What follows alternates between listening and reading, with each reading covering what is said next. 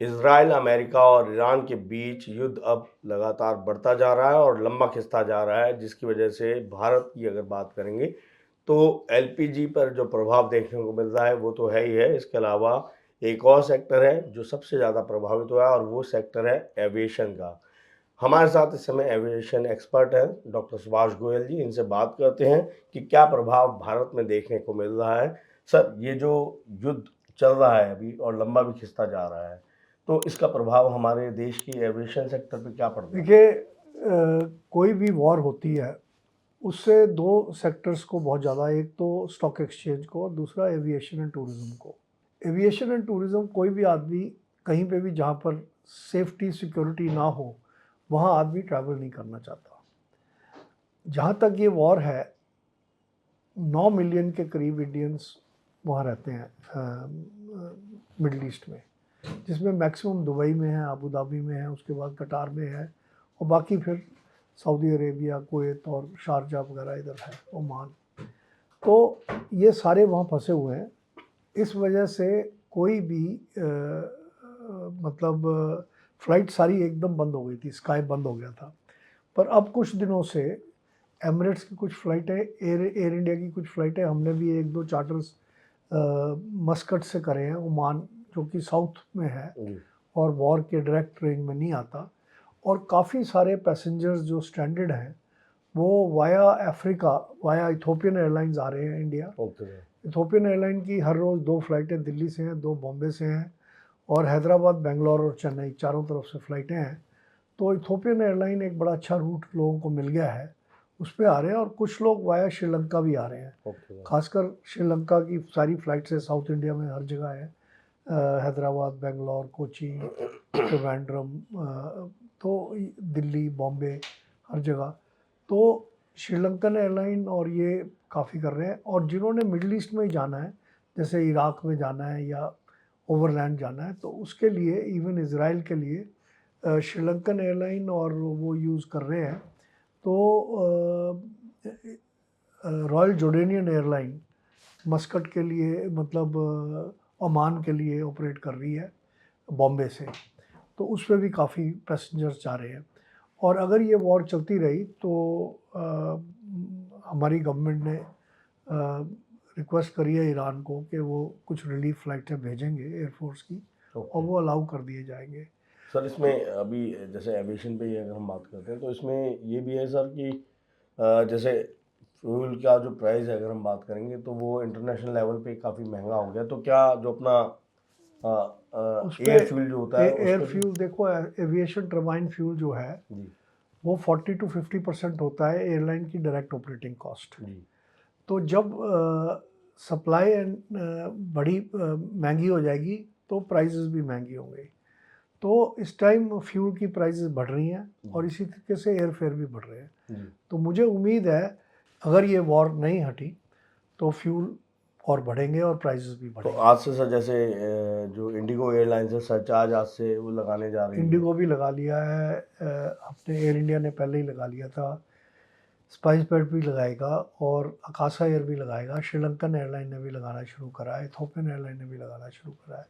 तो सब एयरलाइनें, क्योंकि फ्यूल पे ही डिपेंडेंट है, तो फ्यूल जो है वो बहुत ज़्यादा इम्पोर्टेंट है पूरी वर्ल्ड इकोनॉमी के लिए। और सर, जो आपने बताया कि जैसे अभी रूट में चेंजेस हुए हैं, इथियोपियन एयरलाइंस जो है अफ्रीका के थ्रू ले जा रही है, प्लस नहीं, इथोपियन एयरलाइन अफ्रीका के थ्रू ही चलती है। ओके सर, तो उनकी शेड्यूल फ्लाइट्स हैं, ओके तो वो मिडल ईस्ट का एरिया और ईरान का एरिया नहीं कवर करती। ओके वो अफ्रीका से सीधा यूरोप निकल जाती है। ओके। तो क्या ये जो हम कहेंगे अपना जो ट्रैवल रूट चेंज हुआ है, तो क्या इससे भी एयर चार्जेस जो हम कहेंगे नेचुरली जो वो बढ़े हैं? लंबा सफ़र होगा उसमें चार्जेस बढ़ेंगे, पर इथोपियन एयरलाइन में इतने ज़्यादा नहीं बढ़े हैं जितना कि हमारे डोमेस्टिक एयरलाइंस कई बार जी जो चार्ज करना शुरू कर देती हैं, क्योंकि हमारी बहुत सारी फ़्लाइट्स हैं तो कोई दिक्कत नहीं है उसमें। ओके। और सर, ये जो आप बता रहे थे कि अभी अब जैसे समर वेकेशंस भी आने वाले हैं, टूरिज़्म के लिहाज से अगर हम बात करेंगे, तो लोग मिडल ईस्ट भी जाते थे, प्लस साउथ ईस्ट एशिया जो है वहाँ पे भी जाते नहीं, हैं। साउथ ईस्ट एशिया का तो टूरिज़्म कम नहीं हुआ, ओके सर। क्योंकि साउथ ईस्ट एशिया तो बिल्कुल सेफ़ है। जी Singapore, Malaysia, Sri Lanka, Maldives, Vietnam, Cambodia, Japan, Hong Kong, Korea, ये सारी कंट्रीज सेफ़ हैं और वाया वेस्ट कोस्ट लोग अमेरिका भी जा रहे हैं। तो ये पूरा एरिया सेफ़ है, तो इसमें कोई टूरिज़्म कम नहीं हुआ है। बाकी मिडल ईस्ट का टूरिज़्म सारा बंद हो गया है। ओके। ना इनबाउंड टूरिज़्म है, ना आउटबाउंड टूरिज़्म तो है। सर ऐसा है जैसे आपकी खुद के भी अपना ट्रैवल एजेंसी है, तो कोई बुकिंग पहले की रही हो जो अब कैंसिलेशन में आई हो, या लोग कह भाई रहे हो मिडल कि ईस्ट की तो सारी बुकिंग कैंसिल हो गई हैं। अच्छा, बल्कि मिडल ईस्ट में जो इंडियन फंसे हुए हैं, वो किसी तरीके से, जैसे मैंने बताया, वाया इथोपिया, वाया श्रीलंका, वो आ रहे हैं वापस। Okay sir. तो हमें उम्मीद है कि समर वेकेशंस तक ये लड़ाई ख़त्म हो जानी चाहिए, क्योंकि ना अमेरिका, ना ईरान और ना ही मिडल ईस्ट की कंट्रीज़ अफोर्ड कर सकती है जी कि हो। तो हम भगवान से यही दुआ करते हैं कि पीस प्रिवेल हो, क्योंकि एक तरफ तो हम करोड़ों रुपए, मिलियंस ऑफ डॉलर्स खर्च रहे हैं आउटर स्पेस में लाइफ देखने के लिए, और यहाँ इस प्लेनेट पे जो लाइफ है उसको हम ट्रिलियंस ऑफ डॉलर खर्च करके डिस्ट्रॉय कर रहे हैं। जी सर।